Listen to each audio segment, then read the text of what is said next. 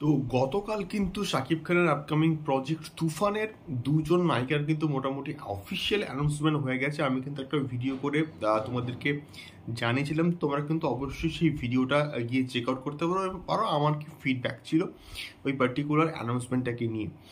So এখন বিষয়টা হচ্ছে যে দুজন নায়িকা থাকছেন তার মধ্যে আমাদের এপার বাংলার কিন্তু রয়েছেন মিমি চক্রবর্তী এবং ওপার বাংলার কিন্তু রয়েছেন নাবিলা।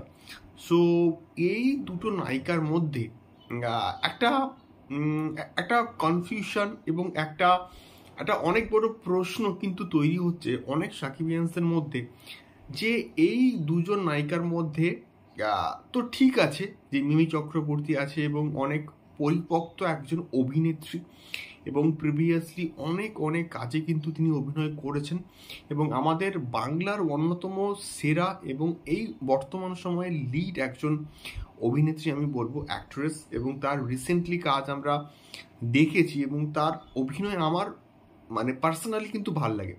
তো মিমি চক্রবর্তী ঠিক আছে, কিন্তু সেই জায়গা থেকে নাবিলা যে নামটা এখানে অ্যানাউন্সমেন্ট করা হয়েছে এবং রাইয়ান রাফির তরফ থেকে যে করা হয়েছে, সেই নামটা বা তিনি কি এই পার্টিকুলার প্রজেক্টটার জন্য উপযুক্ত বা রাইট চয়েস, এটাকে নিয়ে অনেক বড় কিন্তু কোয়েশ্চেন মার্ক তৈরি হচ্ছে অনেক সাকিব ফ্যান্সদের মধ্যে। সো বিষয়টা খুবই সিম্পল একটা বিষয়। রাইয়ান রাফি একজন খুব ভালো পরিচালক এবং এত বড় এত তিনটে যখন প্রোডাকশন হাউস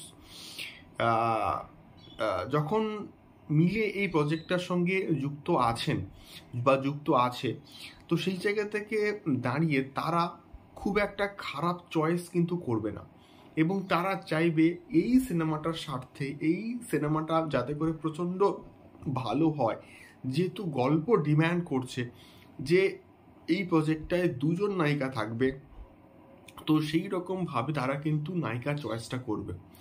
তো ওপার বাংলা থেকে যখন থাকছে নাবিরা এবং তাকে আমরা দেখেছি আয়নাবাজিতে এবং সেখানে তার পারফরমেন্সটা শুধু তার দেখবে তাক লাগানোর মতো, এবং সেখানে সেই পার্টিকুলার ক্যারেক্টারটা যে চরিত্রটা কিন্তু ওর মধ্য থেকে কিন্তু যায়। তো সেই রকমভাবে তোমরা এটা যেহেতু একটা গ্যাংস্টার ড্রামা এবং এটা 90s গল্পের উপর বেস্ট করে কিন্তু এটাকে তৈরি করা হবে এবং তার ওই যে চরিত্রটা, তার ওই যে ফেসটা এবং তার যদি তোমরা লুকটা এখানে দেখো যেভাবে এখানে প্রেজেন্ট করা হয়েছে ওই রকমই কিন্তু লাগছে।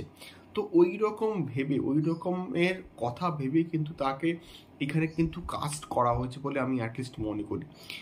আলটিমেটলি যখন এই প্রজেক্টের প্রমোশনাল মেটেরিয়ালগুলো আস্তে আস্তে আসবে তখন আমরা এটাকে নিয়ে আরও ভালো কথা বলতে পারবো।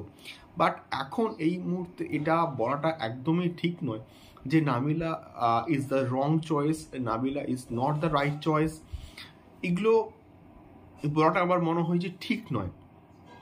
এগুলো তখন বলাটা ঠিক হবে যখন যখন এটার প্রমোশনাল মেটেরিয়ালসগুলো আস্তে আস্তে আসতে স্টার্ট করবে, তখন ভালো লাগলে, তখন ভালো না লাগলে তখন তোমরা অবশ্যই কিন্তু এটাকে নিয়ে কথাবার্তা বলতে পারো। বাট এখন আমাদেরকে ওয়েট করতে হবে এটার শুটিংয়ের, এটার প্রমোশনাল মেটেরিয়ালগুলো যখন আসবে তারপরে আমরা এটাকে নিয়ে কিন্তু কথাবার্তা বলতে পারবো।